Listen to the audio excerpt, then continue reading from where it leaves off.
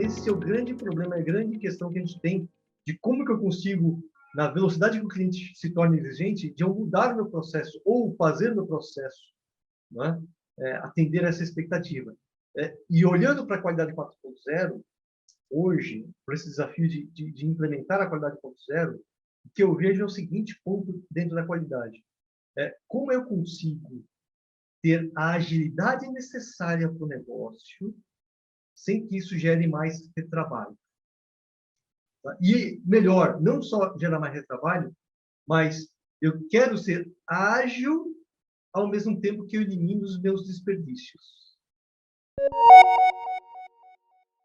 Seja muito bem-vindo, muito bem-vinda a mais um quadro Palavra de Especialista. Eu sou a Rafaela Barreto, da equipe da Nomus, e aqui comigo está o Marcelo Tiama, que é gerente da qualidade, e nós vamos falar mais nesse vídeo sobre como funciona, quais são as responsabilidades e também quais são os principais desafios de um gerente da qualidade nos dias atuais. Marcelo, seja muito bem-vindo, obrigado por estar aqui com a gente.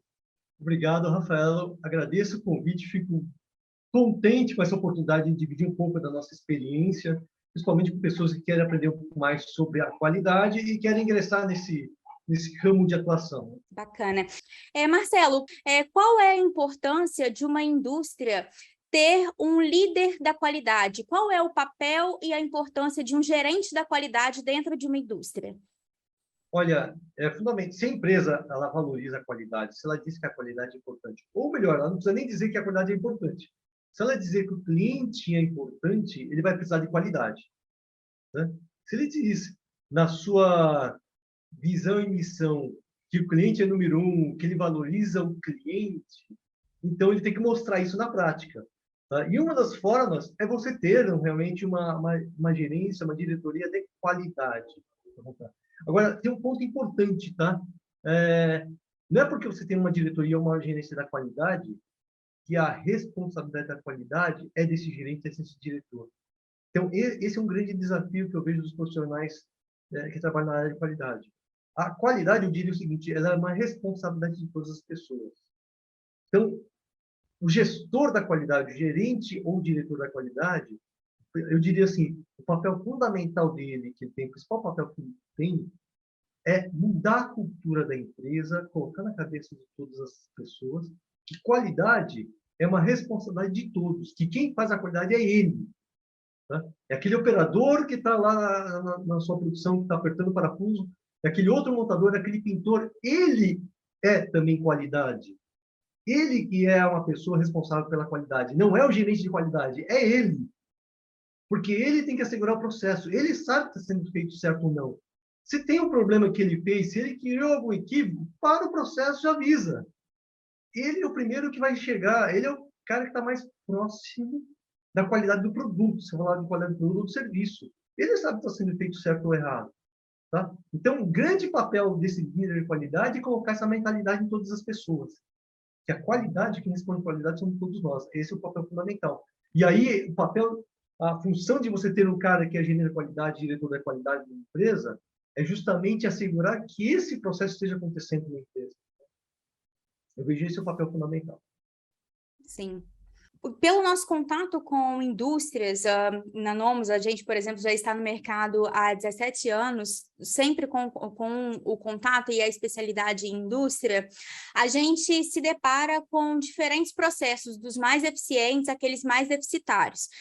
E uma questão que é, de alguma maneira, recorrente é a gente encontrar em algumas indústrias, principalmente naquelas de pequeno a médio porte, a figura do gerente de produção ser a mesma figura do gerente de qualidade. E, inclusive, eu particularmente já vi isso numa indústria multinacional, inclusive.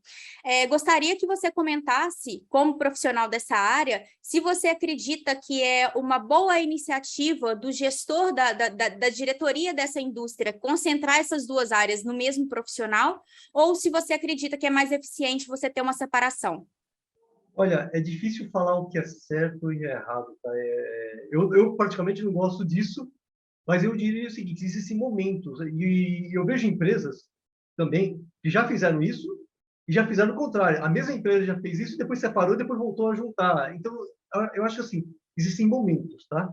Momentos que é necessário isso ou não. Se você falar assim, Marcelo, qual é a sua escolha? O que você faria como escolha?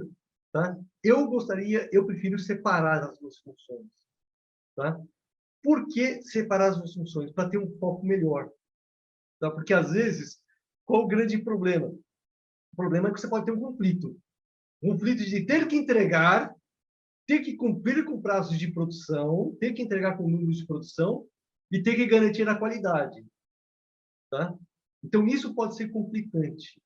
Mas aí vai depender muito da cultura de cada empresa. Vai depender muito da cultura de cada empresa, tá? De como que isso afeta, de como que isso vai colocar em xeque aquilo que a empresa está fazendo, tá? Por exemplo, se você tiver a mesma função, tá? Como que você assegura a qualidade nesse sentido, né? Depende dos KPIs, de como você mede o desempenho desse gerente. Então, se o indicador principal dele for de qualidade, ele vai dar mais prioridade para a qualidade. Se a prioridade da empresa for muito entrega do produto, né, entregar sempre aquilo que está programado, ele vai fazer isso, entendeu? Então, o grande ponto da questão, tá, é como você mede o desempenho e a performance das pessoas nos processos, os famosos KPIs. De novo, a gente volta aos KPIs. E os KPIs, eu diria o seguinte, isso é um aprendizado com o passar do tempo, tá? Eu acho que KPIs você tem que mudar. Pelo menos em cada 2 anos, você tem que ter uma reformulação, repensar quais são os seus KPIs. Por quê? Porque o KPI, ele vicia a performance das pessoas. Ele cria vícios que depois, macetes que depois você tem que dar um jeito de quebrar isso. Tá? Vou dar um exemplo bem simples que acho que cabe para todo mundo. Tá? Quando você estudou, está estudando, está na faculdade ou no colégio, tá? Você tem que ser aprovado. E o ser aprovado é ter média 7. Tá? Só que o contexto geral, qual que é a ideia da média 7? É que se você tiver uma nota 7, você imagina que você aprendeu o suficiente. Essa é a ideia. Você tem um aprendizado. Só que, imagina, quantos anos nós estamos já nessa? Décadas, séculos nesse mesmo sistema, né? Então, as pessoas já estão viciadas nisso. Você acaba sendo viciado nisso. Onde que o objetivo não é aprender, é tirar nota 7. Então, você se foca em tirar 7. Você não sabe se está aprendendo, você está tirando nota 7. Na empresa é a mesma coisa. Você começa os KPIs começam a te viciar. Eu tenho que produzir 10.000 unidades. Você se vicia em 10.000 unidades e você tira 10.000 unidades de qualquer jeito. Você dá um jeito de tirar 10.000. Porque o indicador está pedindo isso para você, entendeu? Então, eu diria que a cada 2 anos, você tem que repensar os seus indicadores. Tá? Outro exemplo que eu vi na prática, existia um momento que a gente decidiu aplicar o programa Seis Sigma na empresa. E aí a gente trabalhou formando Black Belts, Green Belts, para trabalhar com melhoria de qualidade dos produtos. Tá? Resolver problemas e, logicamente, resolver os problemas de qualidade. Né? No início, nós colocamos os objetivos, KPIs, qual que eram? Quantidade de projetos, porque a grande dificuldade é as pessoas fazerem projetos. Gastar tempo para fazer projeto. Então, ninguém fazia projeto e falou, tá bom, então cada pessoa tem o objetivo de fazer 2 projetos por ano, por exemplo. E isso vai medir na sua performance anual. Né? Tá bom, então, demos o treinamento, todo mundo tinha que fazer projetos. E aí, chegou um momento que a organização ficou calejada. Olha, fazia 2 projetos assim, ó. Estalar os dedos, fazia. Primeiro ano, foi um parto fazer os projetos. Todo mundo reclamando. No segundo ano, piece of cake. Olha, mamão com açúcar. Fazia assim, saía. Fazia assim, saía. O que nós fizemos? Terceiro ano, tem que rever o KPI. Olha, não tem mais qualidade de projetos. Não tem, não tem. Nós queremos ver a qualidade do projeto. Aí criamos uma maneira de medir a qualidade do projeto. Quais são os critérios que colocam um projeto bem executado? Aí foi outro parto, entendeu? Por quê? Porque nós chegamos no nível de quantidade de projetos, só que a qualidade do projeto estava ruim. Mas depois que você criou a cultura de fazer, você melhora a qualidade daquilo que você está fazendo. Então, por isso que o KPI não pode ser sempre a mesma coisa. Por isso que você tem que mudar conforme vai passando o tempo, entendeu? Para você não criar vícios na organização. Então, essa questão da função depende muito de como você mede, mas você tem que criar mudanças ao longo do tempo. Sim. Pode dar certo? Pode dar certo.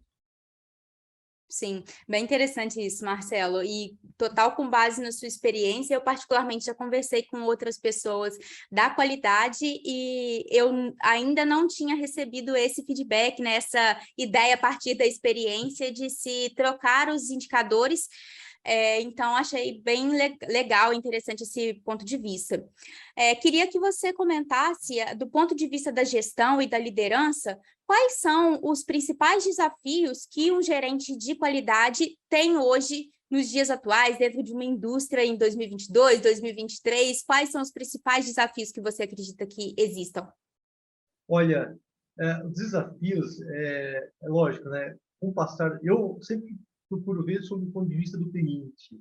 Tá? Para mim, o cliente é o cara mais importante. Se a empresa ela tem isso em mente, então o cliente é o cara mais importante, né, da nossa organização.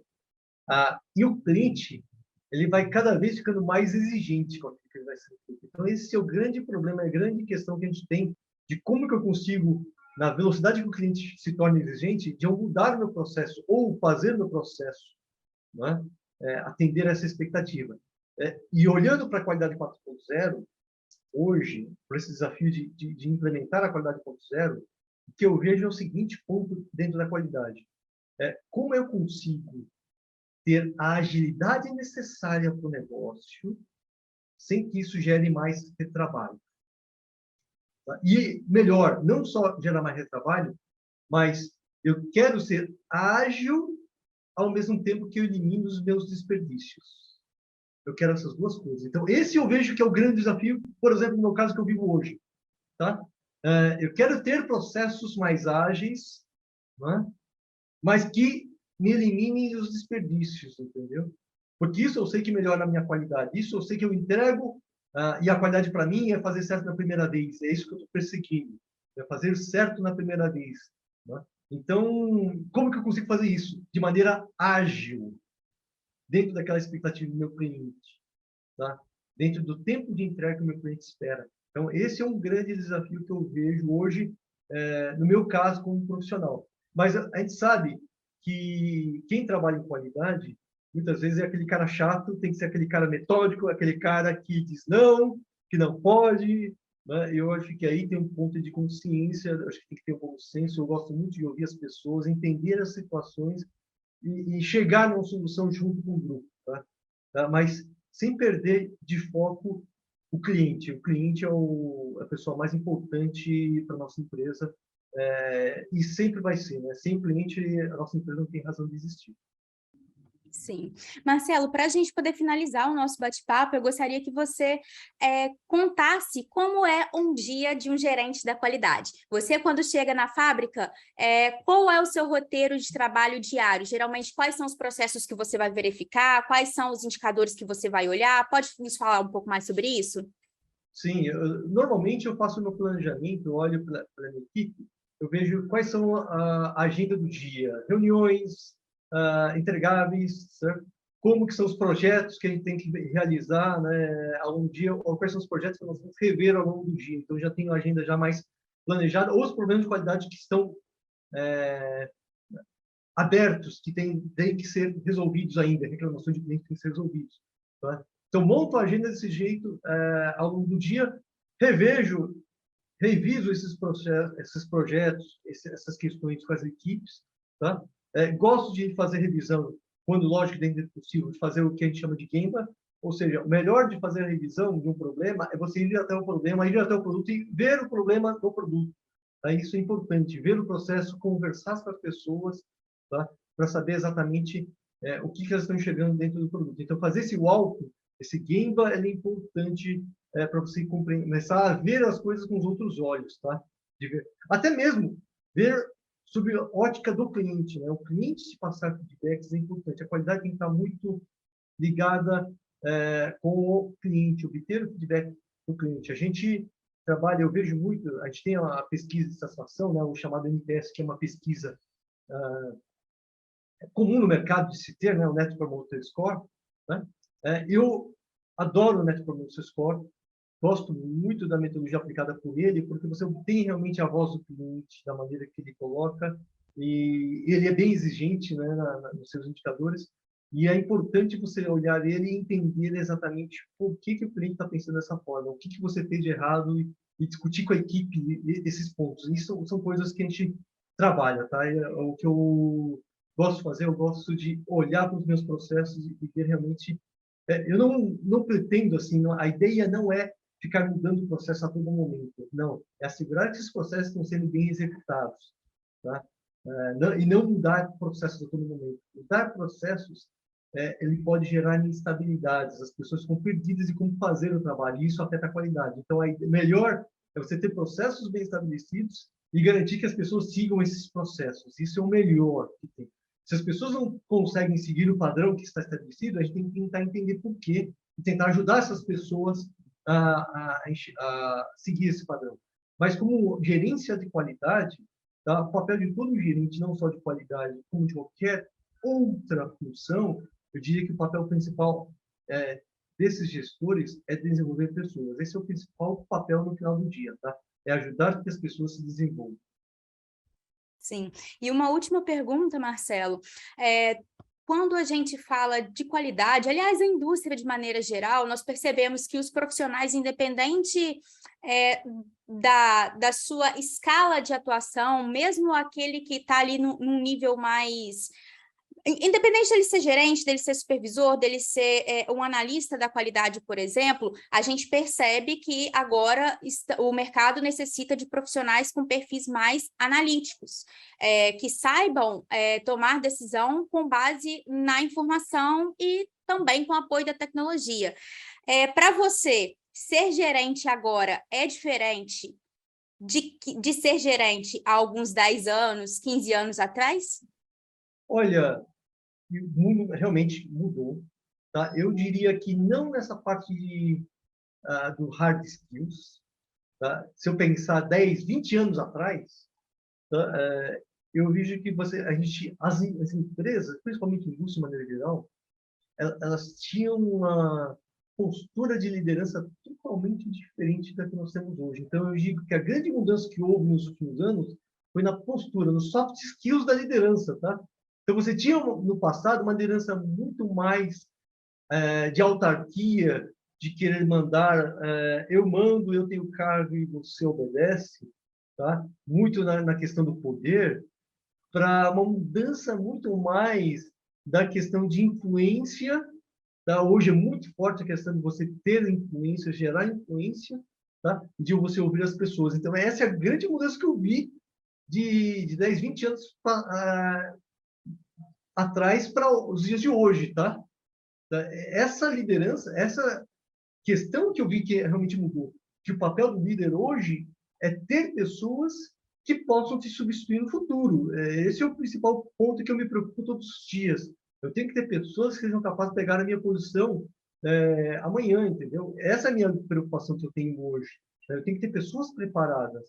Tá? E isso que vai fazer toda a diferença para a qualidade, eu sei disso. Não é? Então, esse é o ponto que eu tenho trabalhado. Todos os dias eu trabalho para desenvolver pessoas. Todos os dias eu penso nesse aspecto, seja em qualquer área que essa pessoa venha. Tá? Não necessariamente dentro da qualidade, mas eu tenho que ver perfis diferentes que, de repente, possam realmente assumir esse papel. Tá? Agora, que realmente o mercado ele pede alguns hard skills, isso é verdade. Ter facilidade na parte de tecnologia é importante? Sim, é importante. Tá? Isso se aprende. Saber um pouco sobre como resolver problemas complexos? Sim, o mercado pede muito isso. Tá? Eu, por exemplo, na minha função de qualidade, eu acho importante você ter conhecimento de Lean Six Sigma, de você ser um Black Belt, por exemplo. Por quê? Porque o Black Belt ele vai estar acostumado a trabalhar com análise de dados, ter esse pensamento um pouco mais analítico de dados, tá? E de lidar com situações complexas. Então, isso ajuda muito no dia a dia. Ajuda muito a pensar de forma sistêmica e pensar em atacar a causa e não atacar o efeito. Isso é importante para a qualidade. Você atacar sempre na causa e não no efeito. Ficar atacando no efeito, tá? Isso é importante. E o Black Belt ele coloca essa mentalidade. Isso para a qualidade, para mim, é fundamental. Tá? Mas, hoje, como gestor, o que eu vejo é desenvolvimento de pessoas. Como eu desenvolvo pessoas? Esse é o ponto crucial. Sim, é interessante você falar isso, porque a gente percebe esse mesmo desafio, essa mesma preocupação em outras áreas da indústria, com outros profissionais que nós já trouxemos aqui no nosso quadro Palavra de Especialista, de outras áreas, do administrativo, do PCP, do estoque, de custos, de projetos, todos eles falando que o maior desafio, de fato, é pessoas, comportamento, relacionamento, motivação e outros ingredientes que entram aí nessa equação. É verdade, porque, olha, conhecimento técnico você ensina, hard skills você ensina, soft skills é mais difícil.